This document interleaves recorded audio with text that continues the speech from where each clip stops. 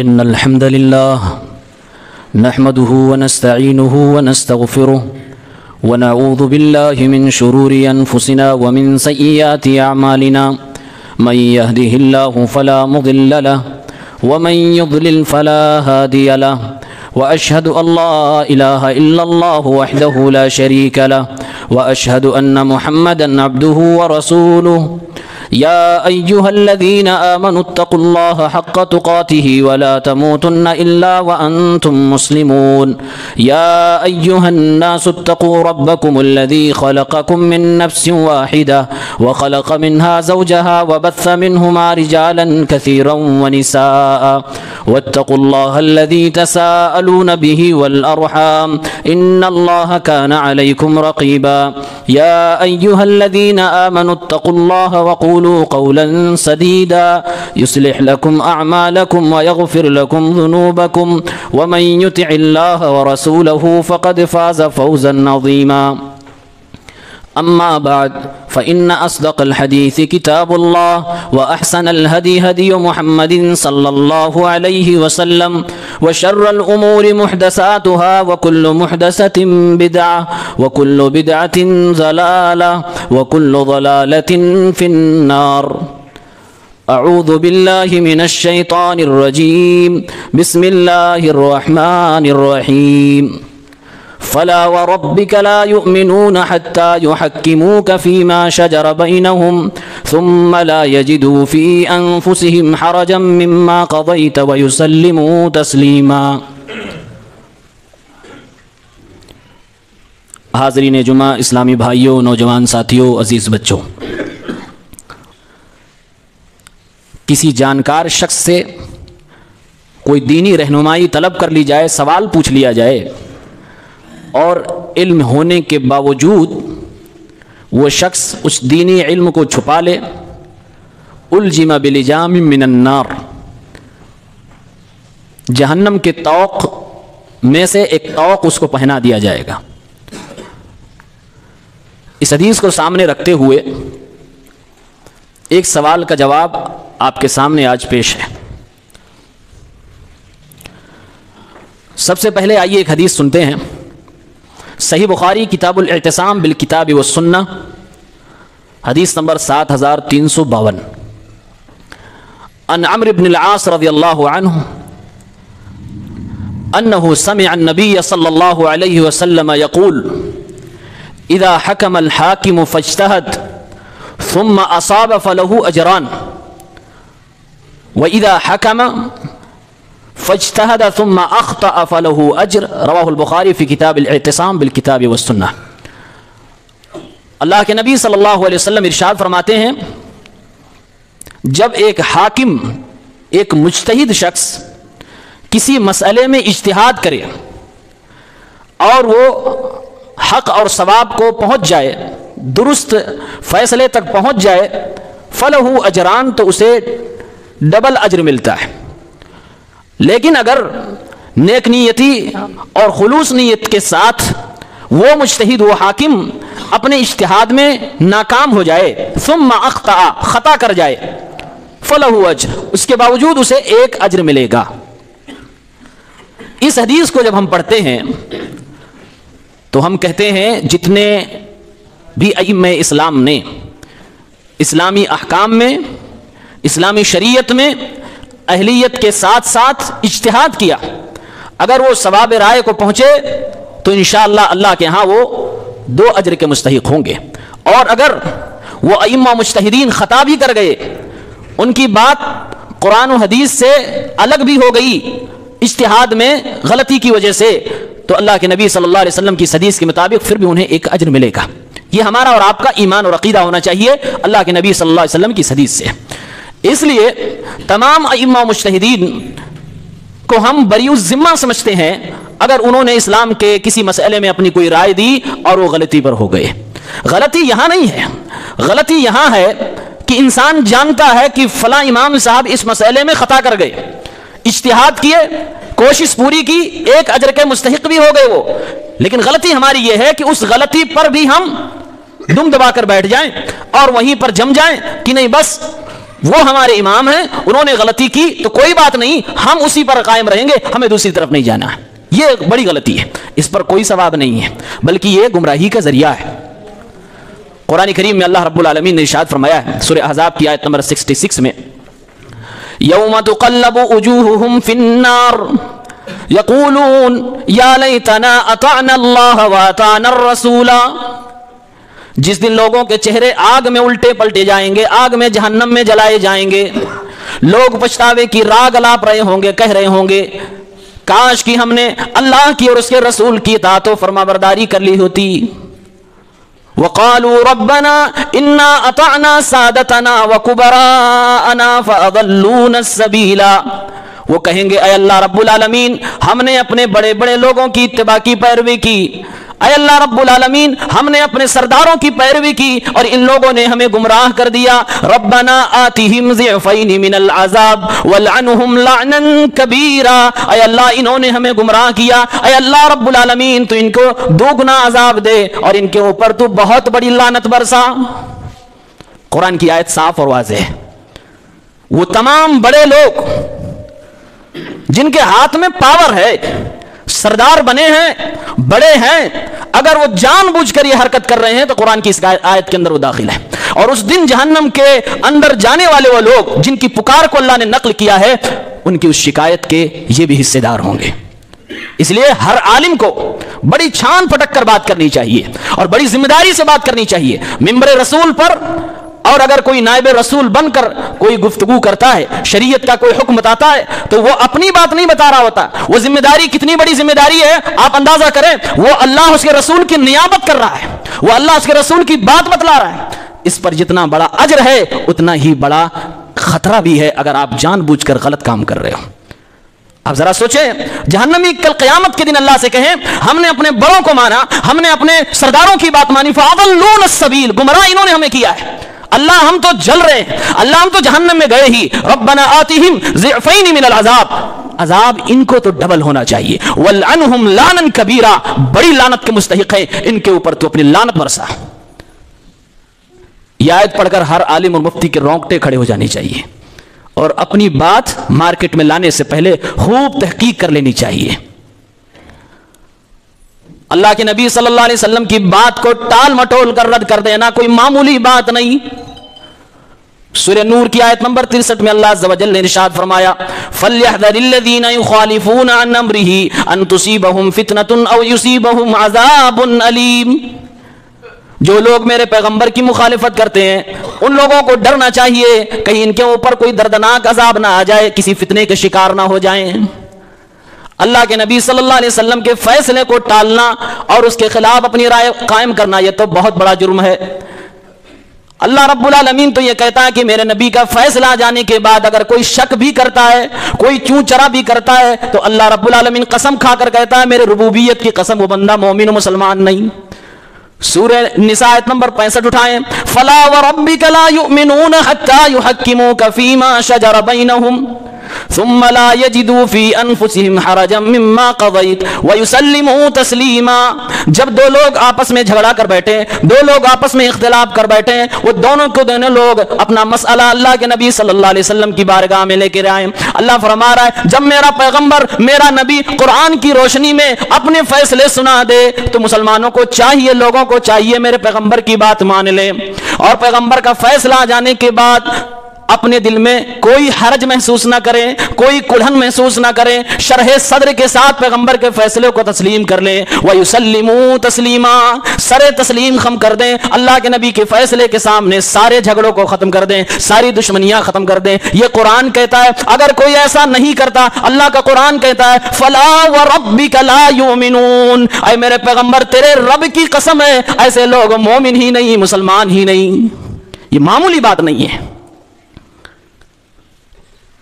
کوئی امام اگر اجتہاد کرے، صحیح مسئلے تک پہنچ جائے، قرآن و سنت کی منشا کے مطابق فتویٰ دے دے، اس سے تو ڈبل اجر مل گیا.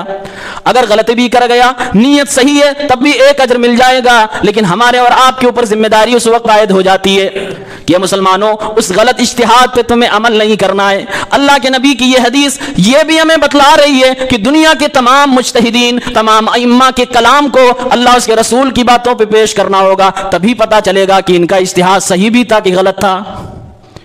بغیر پیش کیے، بغیر جانچ کیے آپ کیسے پتہ کر سکتے ہیں کہ فلاں امام صاحب کا یہ اجتہاد صحیح ہوا یا غلط ہوا؟ اور جب معلوم ہو جائے کہ یہاں پر غلطی ان سے ہو گئی، اور انسان تھے، غلطی ممکن ہے، اصول فقہ میں لکھا ہوا ہے کہ ہر مجتہد جو اجتہاد کرتا ہے یخطئ و یصیب، وہ خطا بھی کر سکتا ہے اور وہ صحیح مسئلہ بھی بتا سکتا ہے، اور ایسا ہوا ہے کہ سب نے غلطیاں کی ہیں، کچھ نہ کچھ سب سے خطائیں ہوئی ہیں۔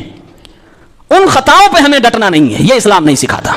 اگر آپ وہاں ضد پہ آ گئے، اور حقیقت یہی ہے کہ لوگ اسی جگہ پر ضد پہ اڑے ہوئے ہیں جہاں بات ان مجتہد صاحب کی اللہ کے نبی صلی اللہ علیہ وسلم سے ٹکرا رہی ہے۔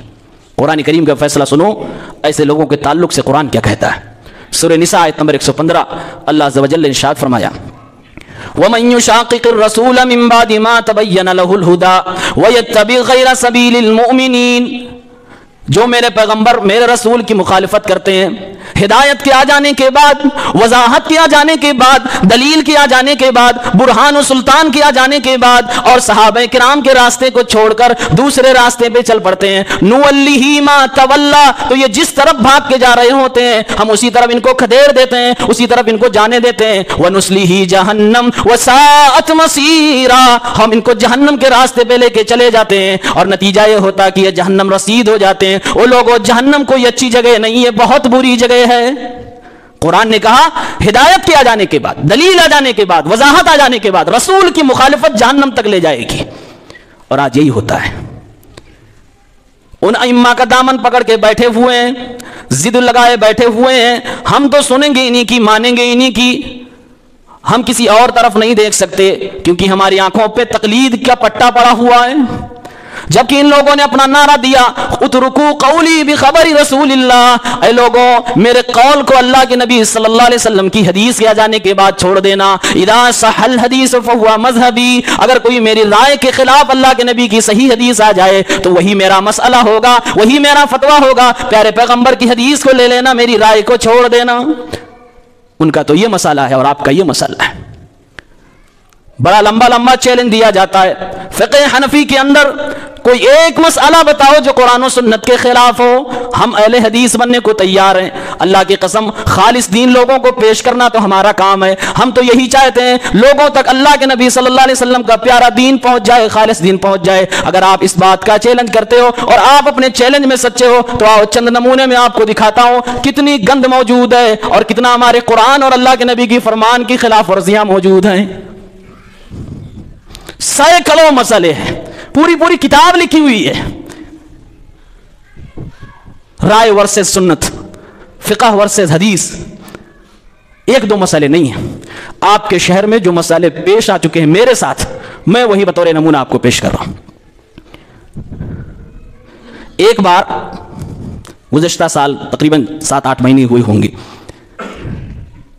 بغل کی مسجد سے اعلان ہوتا ہے، ہماری عصر کی اذان جیسے ہوتی ہے فوراً اعلان ہوتا ہے کہ بھائیوں اس اذان سے نماز نہ پڑھنا، ہمارے امام ابو حنیفہ کے ٹائمنگ کے خلاف ہے، اس سے نماز نہیں ہوتی۔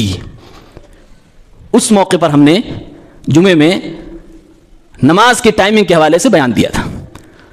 ایک نمونہ ہے کہ کہاں اللہ کے رسول صلی اللہ علیہ وسلم کی حدیث کے خلاف آپ کا مسئلہ ہے۔ سنن ابو داؤد کتاب الصلاۃ حدیث نمبر 383، اللہ کے پیغمبر صلی اللہ علیہ وسلم معراج پر گئے، معراج پر آپ پر 5 وقت کی نماز فرض کی گئی، اللہ کے نبی زمین پہ آ گئے۔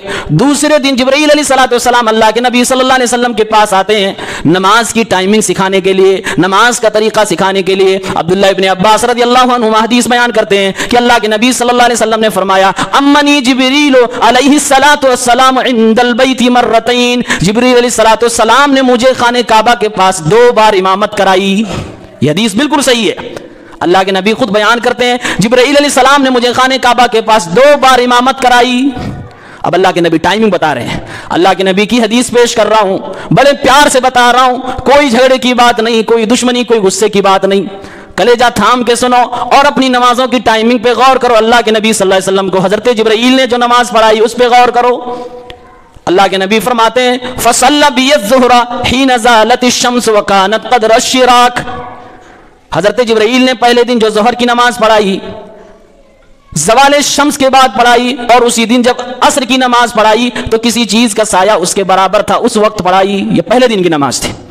فلما کان الغد، جب دوسرا دن آیا پھر حضرت جبرائیل علیہ السلام آتے ہیں اور ظہر کی نماز پڑھاتے ہیں. وصلی بی الظہر حین کان ظلہ مثلہ، تو ظہر کی نماز اس وقت پڑھائی جب کسی چیز کا سایہ اس کے برابر تھا. وصلی بی العصر حین کان ظلہ مثلیہ، اور عصر کی نماز اس وقت پڑھائی جب کسی چیز کا سایہ ڈبل ہو چکا تھا. یہ اللہ کے نبی کی صاف حدیث ہے.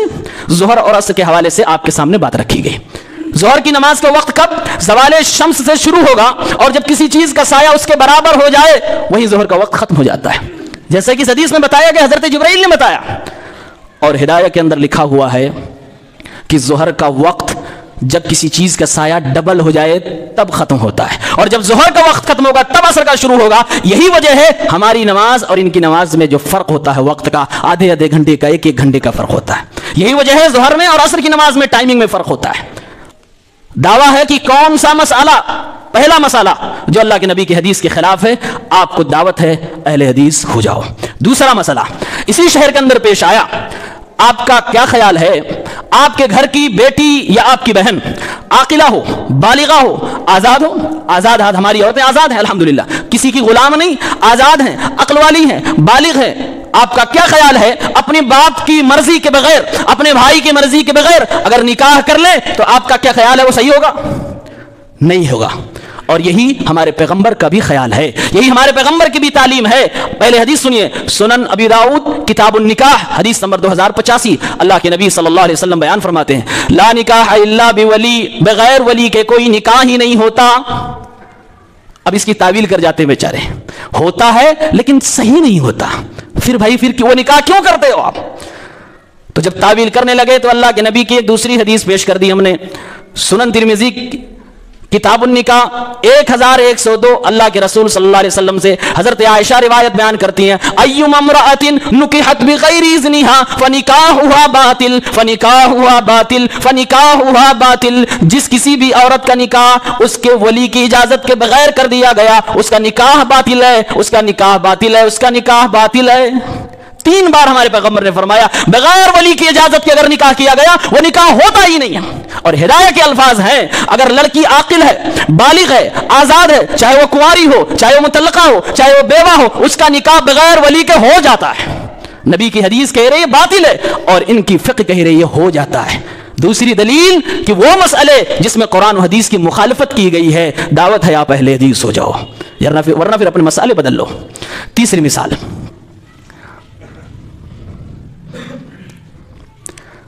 ایک بار اتفاق سے جنازے کی نماز پڑھانے کا موقع ملا. پیچھے ایک امام صاحب بھی تھے.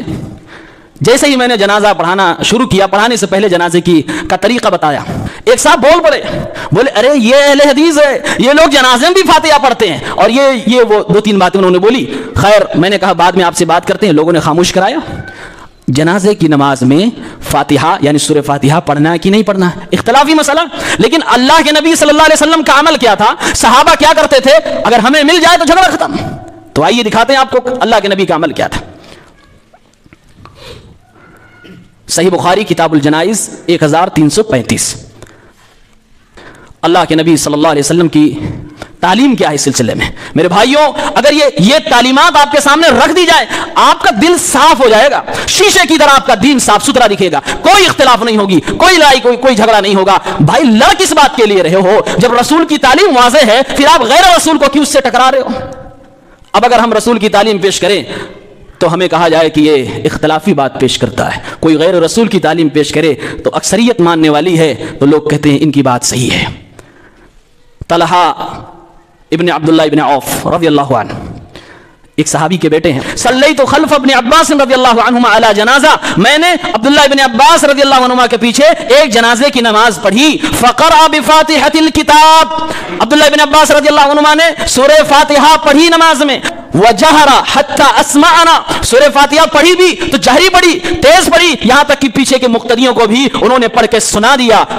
صحابی کا بیان ہے جب ان سے پوچھا گیا نماز ختم ہو گئی، کہا یہ کیا کیا آپ نے؟ یہ آپ نے سورہ فاتحہ جنازے کی نماز میں پڑھی ہے۔ عبداللہ ابن عباس رضی اللہ عنہما کا بیان سنو، کہتے لیعلموا انہا سنہ، میں نے سورہ فاتحہ نماز جنازہ میں پڑھی، اس لیے تیز پڑھی ہے تاکہ لوگوں کو پتا چل جائے کہ یہ نبی کریم صلی اللہ علیہ وسلم کی سنت ہے۔ حق و سنہ، میں نے جو کیا ہے یہی حق ہے، یہی سچ ہے، یہی میرے پیغمبر کی سنت ہے۔ عبداللہ ابن عباس جس کو سنت بتا رہے ہیں، آپ اسے اپنی دشمنی کا ذریعہ بتا رہے ہیں، آپ اس کو لے کر ہم سے لڑ رہے ہیں۔ اور بڑی افسوس کی بات ہوتی ہے جب ناف کے نیچے ہاتھ باندھنے کی باری آتی ہے تو یہی لوگ حضرت علی رضی اللہ عنہ کے ذریعے سے ایک روایت بیان کرتے ہیں کہ انہوں نے کہا کہ نبی کی سنت ہے کہ ناف کے نیچے باندھا جائے، جبکہ یہ روایت ضعیف ہے، اس کے باوجود کہتے ہیں جب صحابی کہے کہ نبی کی یہ سنت ہے، مطلب یہ ہے کہ نبی علیہ الصلوۃ والسلام ایسا ہی کیا کرتے تھے، ایسے لوگوں کو دعوت ہے۔ ایک ضعیف حدیث اگر آپ کے سامنے آتی ہے تو آپ وہ اصول پیش کرتے ہو کہ جب صحابی کہے یہ سنت ہے تو نبی نے کیا ہے۔ یہاں بھی ایک صحابی عبداللہ ابن عباس رضی اللہ عنہما کہتے ہیں یہ نبی کی سنت ہے، یہ حق ہے، یہ سچ ہے، اور میں نے ایسا اس لیے کیا لیعلموا انہا سنہ، تاکہ لوگوں کو پتا چل جائے میرے رسول نے ایسا کیا ہے۔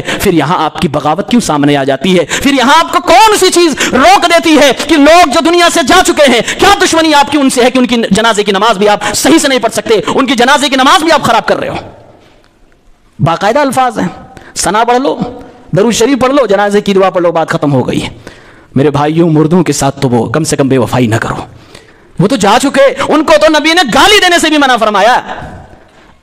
مجھے نہیں لگتا کہ دشمنی آپ کی ہے، یہ دشمنی آپ کی ان سے نہیں ہے، سنت رسول سے ہے۔ اور میں بہت ذمہ داری سے یہ بات کہتا ہوں، لوگوں شکر مناؤ اللہ وحدہ لا شریک کا۔ اس دھرتی پر، اس روئے زمین پر اہل حدیث بستے ہیں، اگر یہ نہ ہوتے تو رب کعبہ کی قسم ہے اس روئے زمین پر ان تقلید والوں نے نبی کی صحیح سنت کو اب تک مٹا دیا ہوتا۔ نبی کی سنت کو لوگوں کے سامنے اجاگر کرنے والے ہم ہیں۔ گالیاں کھا کر بھی کیا پڑی ہے ہمیں، دشمنیاں اٹھا کر بھی کیا پڑی ہے ہمیں؟